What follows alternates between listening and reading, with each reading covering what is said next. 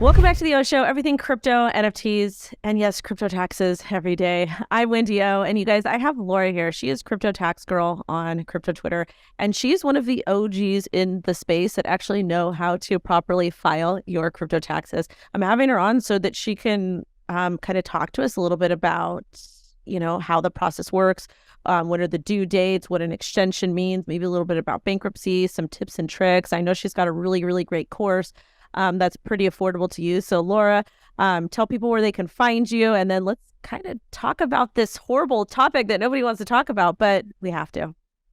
We have to. Tax is part of life. One day maybe they won't be, but we're stuck right now.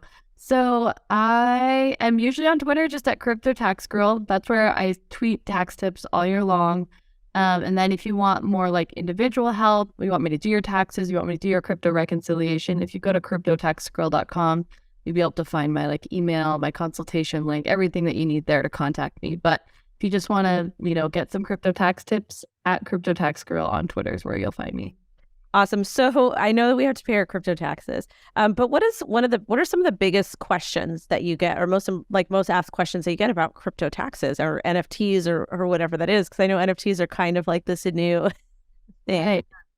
Yeah, with crypto taxes in general, most people are just like, even if they understand that, selling, trading, and spending, those are all taxable events that are going to result in a gain or loss, or like staking, mining, interest. These are all things that are going to result in income. They're like, yeah, I understand that conceptually, but I have thousands and thousands of transactions. So what do I do with all this data? Like, how do I actually report it on my tax return? So I'd say that's probably like the biggest issue that people come to me with. And then there's also like all the questions about what to do about things that there's kind of like a gray area on. Like the NFTs, we have very limited guidance. Like nodes, there's very limited guidance. So just things that we don't have a ton of guidance on. It's like, what is your take on this? How should we treat it? So I guess that's probably what I mostly deal with. Okay, so I would assume that you probably tell your clients to just do their taxes the best that they can, just so, God forbid, the IRS comes after you, can say, hey, I tried. This is what I did. Tell me what to do and I'll fix it. Yeah, you definitely want to get something on there, but you can't just say like, oh, I just took everything that went in, everything that went out, and then subtracted it and just threw that on. Like, that's not good enough. You want to like make sure that you gather all of your transactions from all your different wallets and exchanges. Use like a crypto tax software to help calculate those gains and losses. But like, a lot of times there's going to be times where, let's say you have, 3 ETH going out of your account and you're not sure where it went to. We look through the blockchain, you're like, I can't remember. Like, that was 3 years ago. I'm not sure what happened to that. So sometimes you just have to like apply some default treatments. You just have to, make your best guess. But overall, like, make sure you grab all the data you can. But also sometimes there's missing exchanges. So it's, a little bit of the Wild West when it comes to crypto taxes. But doing your best is definitely the best that you can do right now, because if you don't report anything on your crypto taxes, then the IRS has unlimited years that they can audit you, where if you actually do report something, then they can only go back 3 years. So, okay, that's good news. So at least you guys, if you do report, again, taxes are a scam and the Fed, but we still have to talk about paying taxes because got to follow the law the best of your ability. So you guys, it's good news. If you do file your crypto taxes, the IRS can only go back up to 3 years. If not, if you don't file them at all, then they can go back to eternity. So we want to kind of minimize that. Another thing I want to ask, when are taxes due? And if somebody files an extension, do they still have to pay the entire amount?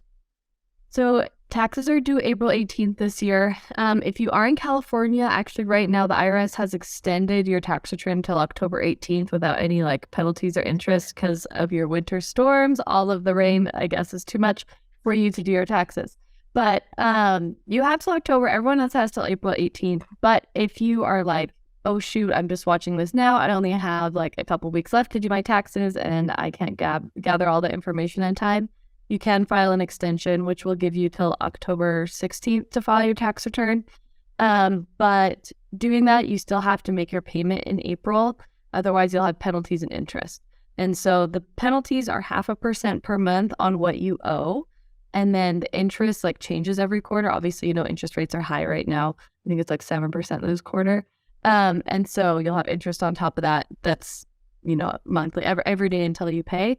So if you don't know, generally how much you owe, but you're like, oh, I think I made about, $50,000 and I have about, 30% tax rate, you can just make like a payment based on that. But if you're like most of my clients, like in 2022, most people had losses. So you probably don't even have to make a payment. And then you can file an extension, and then that'll give you like 6 more months to get this all sorted out. Okay. So if you guys think that you have losses, you should still hire a crypto tax girl, hire a lawyer, or go to a representative that's somebody that's licensed and regulated to do your taxes for you in the area that you are, just to get the process started, because you don't want them to come for you for any more money. So okay, so April 18th is the deadline. California, because we're so lazy over here, we have until October 18th, you said, right? October, yeah. Okay. But yeah, it's like the extension deadline, yeah. Okay. So next question, and this might be hard for you to answer. So bankruptcies, we've seen a lot of crypto firms file for Chapter 11 bankruptcies, but we're still getting these 1099s that we have to pay on the yield that we earned, but we don't have access to our funds. And then some of our funds are stuck on the exchange. How does that work? Or is it something that you have that's individualized by the person? So if you received the 1099, unfortunately, the number that's on the 1099 does need to be reported on your tax return. Otherwise, you'll get a notice from the IRS, because they have that same 1099 with your name, social attached to it. And if it's not reported on your tax return, just like their computers will flag like that you didn't report it. So you do have to report the income. If you're on Celsius, I don't know if you saw, but they're reissuing their 1099s because they said like there was a month period where they determined users didn't have access to their funds. And so like they were locked. And so they're saying any interest that was earned during that time, we're not going to include it. But anything before then is going to be included on the 1099. Their argument is that you did have dominion and control over it. So you could have pulled it out during that time, but then, eventually now, obviously you can't. So but then they can claw you back, and then you have to pay. Yeah, that's a whole nother. It left it on it. They're saying it's your fault. So, I mean, that it sucks for sure. But that's like their argument why they're issuing the 1099s. But they are reissuing, and I'm hoping that maybe some of these other exchanges will reissue, or like the IRS will push back and say like, no, like this shouldn't be included, or we'll get more guidance or something. As of right now, the IRS hasn't said anything about it. And so I would maybe recommend if you're in that boat to file an extension. So then that way you have 6 more months to wait for additional guidance. Maybe you won't have to pay taxes on all that income. But if you do need to file by April 15th, like let's say you're buying a house or something and you need your tax return, you can also file with that number. And then if we do get additional guidance, you can file an amendment and remove it. But that's like a big if we're going to get guidance. So if you did have like a 1099 MISC with interest from, Celsius or FTX or Gemini Earn or Voyager, like any of these other ones, you might have to report it. Okay. Next question is, I know that there's tax loss harvesting that we can do in crypto. It's kind of unique, which is good. But can you talk about tax loss harvesting and then maybe like additional ways like opening an SEP for tax, to lower the tax rate, et cetera, and other tips and tricks people can use to pay a less tax rate, but also report their taxes properly and, do everything legally?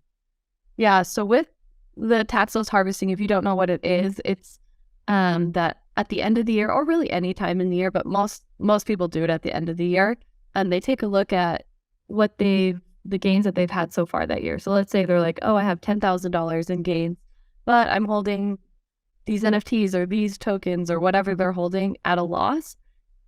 You have to sell them and then rebuy them in order to take that loss. But if your portfolio is just down, but you're like, oh, I'm just going to wait till it goes back up, you can't take that loss on your tax return, and you're still going to have to pay tax on any of your gains. So in that case, you would still have to pay tax on the $10,000, and you would have these losses that you weren't able to take advantage of. So at the end of the year, if you have, let's say, 3 tokens that you have a $10,000 loss on, sell them and then rebuy them. You can completely offset your gain.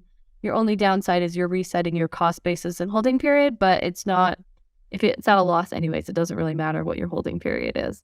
So that's what tax loss harvesting is. It's taking unrealized losses that you have like on your books and then realizing them so that you can deduct them against your gains.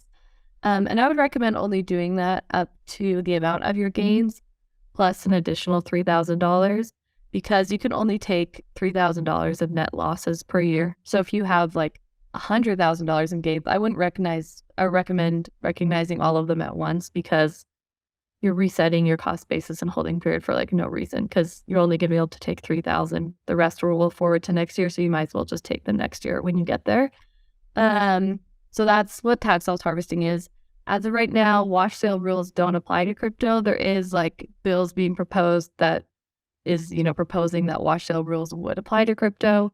If that's the case, you won't be able to watch or do the loss harvesting unless you are out of that coin for 30 days before rebuying. So there's a lot more risk, but fingers crossed it doesn't get applied, but it might one day. And then as far as like setting up a retirement account for crypto, so if you want to buy crypto directly in your retirement fund, you have to do a specific type of retirement fund. You can't just like put it in your normal 401k unless you're buying like GBTC or like one of these funds that hold ETH. So you have to set up an IRA.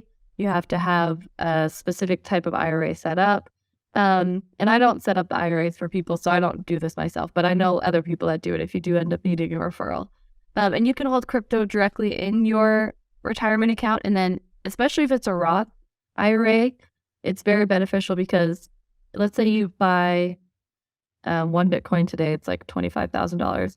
And let's say by the time you retire, it goes up to $1 million. You can pull that out of your retirement account completely tax-free. You don't have to pay like $1 on it. Nice. So you could just have $1 million of retirement, no taxes on that $1 million. So ooh, I'm going to draw my Bitcoin over to a Roth IRA. Just kidding. Yeah. And so you're limited. Like you could only do like a certain amount per year. Like it depends how old you are, like $6,000, $7,000 per year. But if you have like another IRA with traditional investments in it or a 401k, you can roll it into a new IRA and then buy crypto assets in it. You just can't roll crypto assets that you already have into your IRA. You have to just buy new ones within the IRA in most cases. But yeah, if you're, wanting to have crypto in your retirement portfolio, you're like, by the time I'm 60, this is going to be way more, then go ahead and buy some in your retirement and you can have it tax-free. Awesome. Okay, before we leave, I know that you can do crypto taxes for people, but people that might still want to do it themselves, I think you have another product that people should definitely take a look at that is very affordable. Thanks. Yeah. I have a course, and if you go to cryptotaxgirl.com/learn, you'll see the course, and it's called the step-by-step guide to doing your own crypto taxes. So if you want to calculate your crypto taxes, but you can't afford to hire a crypto CPA, or you're just like interested in learning how that all works, this course will show you my entire process. So I've been doing exclusively crypto taxes for the last 5 years. After the 2017 run, that's when I started this. And this shows you every single step that we do, from like gathering your info, what software to use, how to put it in the software, how to calculate crypto gains and losses, how to put it on your tax return. If there's any like all these different types of common issues that we see, we show you how to, troubleshoot those. And it should cover basically like 99% of what you would have. Sometimes there's those weird off cases or new coins, but it'll show you the process on how to handle it. And if you're watching this right now and you follow Wendy, you can use CryptoWendyO for 40% off, which I've never done a code that big for like an influencer. These are for your people. Awesome. And you guys, this interview is not sponsored. I just like to get good information out so that you can learn the right way to do things. And actually, not even that, but take advantage of the legal loopholes, just like the super rich people do, because you deserve to live your best life ever. Laura, thank you so much for coming on. And again, guys, if you want to take Laura's course, we have the code down below. If you want to hire her information is down below. Do what works best for you. But again, taxes are scam and the Fed, but please pay your crypto taxes and don't get in trouble. Laura, thank you so much. Have a good rest of your day. Thanks for having me. Bye.